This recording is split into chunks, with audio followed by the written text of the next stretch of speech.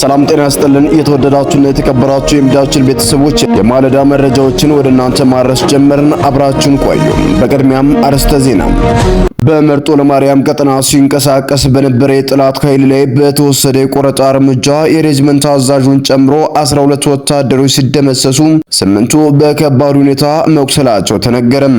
በወግዲ ወረዳና በአካባቢው በተደረገ ተጋድሎ ፋኖ የጠላትን አከርካሪ በመስበር አንጸባራቂ ድል መቀዳጀቱንም አስታወቀም።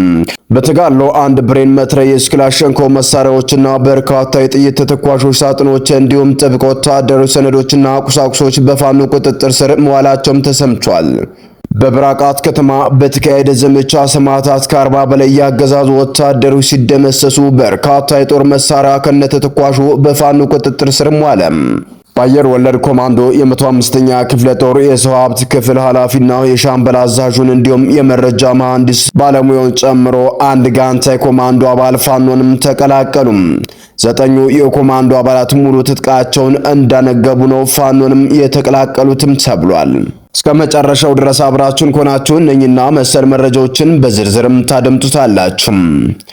እናንተም ድምጻችን ለዓለም እንዲሰማ ላይክ፣ ሼር እንዲሁም ሰብስክራይብ በማድረግ ቤተሰብ ይሁኑ እያልን ቀጥታ ወዳገኘናቸው መረጃዎች አለፍን። አብራችሁን ቆዩ።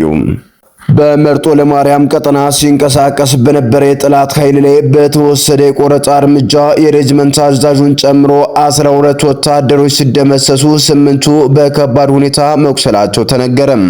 ወታደሮቹ ማህበረሰቡን ለመዝረፍና በጅምላ ለማሰር እየተንቀሳቀሱ ባለበት ነው በፋኖ ተቆርጠው ከባድ እርምጃም የተወሰደባቸውም ተብሏል። በተያዘም በወግዲ ወረዳና በአካባቢው በተደረገ ተጋድሎ ፋኖ የጠላትን አከርካሪ በመስበር አንጸባራቂ ድል መቀዳጀቱን አስታወቀም።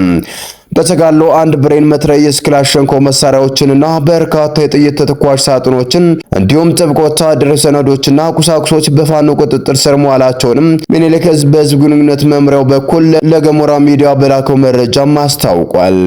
በፋኖ ተከቦ ከባድ ጉዳት ለደረሰበት የጠላት ኃይል እገታ ለማድረግ በከባድ መሳሪያ ሽፋን የታገዘም ተጨማሪ የጠላት ኃይል ተንቀሳቅሶ የነበረ ቢሆንም ነገር ግን ፋኖ በወሰደበት ይስቦ መምታትና የጦር ቴክኒክ ተሽመድምዶ ለሰዓታት እንኳን ቆሞ መዋጋት አቅቶ ተበታትኖን ፈርጥጧል። በተያዘም በብራቃት ከተማ በተካሄደ ዘመቻ ሰማዕታት ከ40 በላይ ያገዛዙ ወታደሮች ሲደመሰሱ በርካታ የጦር መሳሪያ ከነተተኳሹ በፋኖ ቁጥጥር ስር ዋለ። በዘመቻው ከተገደሉ ያገዛዙ ወታደሮች መካከል አብዛኞቹ ለብልጽግና መከላከያ ሰራዊት መንገድ መሪና ጠቋሚ የነበሩ የሚሊሻ አባላት ሲሆኑ በተጨማሪም በብራቃት ከተማ የታጠቀ ቀበሌ አስተዳደርና የአካባቢው የሚሊሻ ጠርናፊ የነበረ አንድ ዋነኛ ባንዳ እንደሚገኝበትም ገሞራ ሚዲያ ዘመቻውን ካካሄደው የፋኖ ክፍለ ጦርም ለማረጋገጥም ችለዋል።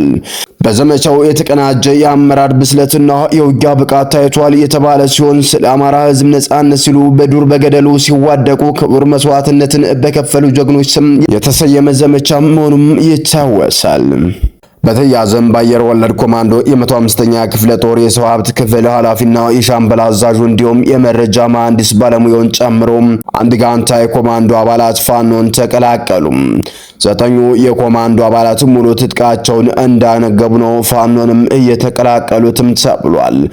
ወታደሩ ከወደ ፋኖ የሚሰነዘረበትን በትር መቋቋም ካለመቻሉ በተጨማሪ አገዛዙ የሄደበት ያለው የጸረ አማራነትና ሀገር አውዳሚነት መንገድን በመቃወም በገፍ ከስምሪት ቀጠናው በመጥፋት ፋኖንም እየተቀላቀለ መሆኑንም ገሞራ ሚዲያ ከየግንባሩ ካሰባሰበው መረጃም ለማረጋገጥም ችሏል።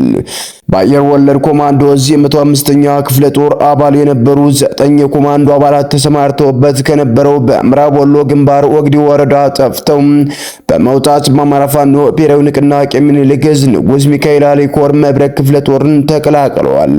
መብረቅ ክፍለ ጦር ከተቀላቀሉት እነዚህ ኮማንዶች መካከል 105ኛ ክፍለ ጦር የሰው ሀብት ኃላፊና መረጃ መሐንዲስ ባለሙያው እንዲሁም አንድ ሻምበል መሪ የተካተቱ መሆናቸው ነው ምኒልክ ዕዝ በህዝብ ግንኙነት መምሪያው በኩል ለገሞራ ሚዲያ በላከው መረጃም ያስታወቀው። በመጨረሻም መጋቢት 4 ቀን 2018 ዓ.ም የተካሄደው ከ2000 በላይ የልዩ ኮማንዶ ፋኖ አባላት የምረቃ ስነ ስርዓት ያገዛዙን ሽንፈትና ውድቀትን በጋድ እያሳየ ነው ተባለ።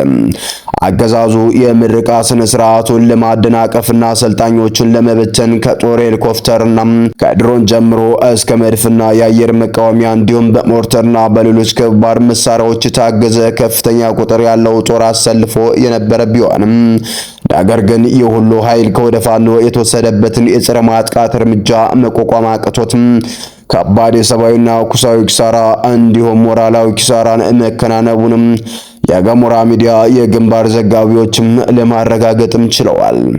ያገዛዙ ድሮና የጦር ጀት ያልበገረው የጥይት ባሩድ ጠጥቶ የሰለጠነ ከ2000 በላይ እጅግ ከባድ የኮማንዶ ኃይል ተመርቆ ስምሪቱን በመጠባበቅ ላይ ይገኛል። ከተመሰረተ ሁለተኛ ወሩን ሊያስቆጥር ጥቂት ቀናት ብቻ የቀሩት የአማራ ፋኖ ብሔራዊ ንቅናቄ በአማራ ፋኖ ትግል የመጀመሪያ የሆነውንና በአንድነት ገመድ የተገመደውን የፋኖ ኃይልም አስመርቋል። ለምልምል ሰልጣኞቹ ስልጠናውን መስጠት የጀመረው ከቅድመ ድርጅት ምስረታ በፊት ባሉት 5 እና 6 ወራት በፊት ጀምሮ ሲሆን ድርጅቱ ከተመሰረተ ሁለተኛ ወሩን ሊያስቆጥር በጣት የሚቆጠሩ ቀናት በቀሩት ጊዜ ለምርቃትም በቅተዋል።